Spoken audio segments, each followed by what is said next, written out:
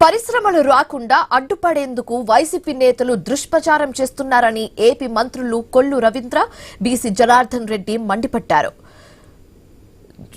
Finishing hoarding ను private పరం చేస్తున్నట్టు ఎవరు చెప్పారన్నారు. సాగర్ డిఫెన్స్ ప్రాజెక్టు వల్ల మత్స్యకారులకు మరింత ప్రయోజనం చేకూరుతుందని తెలిపారు. ఈ ప్రాజెక్టుకు అనుసంధానంగా మరిన్ని పరిశ్రమలు రాబోతున్నట్లుగా చెప్పారు.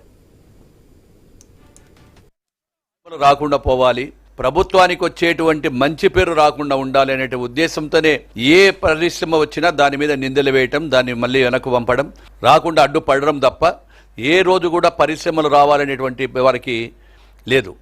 ఈరోజు వారికి ఒకటే బాధ.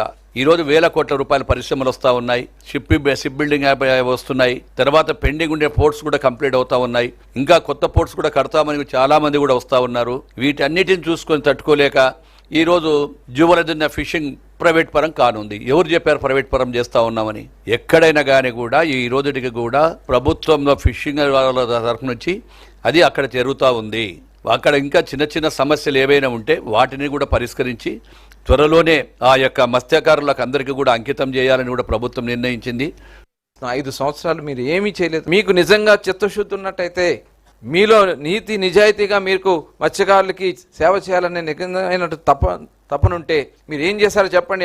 గత 5 సంవత్సరాలు మీరు రాజశేఖర రెడ్డి గారు ముఖ్యమంత్రిగా ఉన్నప్పుడు కూడా తీర ప్రాంతంలో భూములు కొట్టేసి వాళ్ళకి అన్యాయం చేస్తా వాళ్ళని పెట్టలను కాల్చినట్టు కాల్చేశారని, చివరికి ఆ శవాల్ని కుక్కలు ఈడ్చినట్టు ఈడ్చారు. ఇవన్నీ మర్చిపోతాం అనుకుంటున్నారా? ఈరోజు వేట నిషేధం, ఆ వేట నిషేధ సమయంలో 20,000 రూపాయలు ఆ రోజున ప్రారంభించింది కూడా చంద్రబాబు నాయుడు గారు. 4,000 రూపాయలతో ప్రారంభించుకుని ఈరోజు 20,000 రూపాయలు అందిస్తూ ఉన్నాం.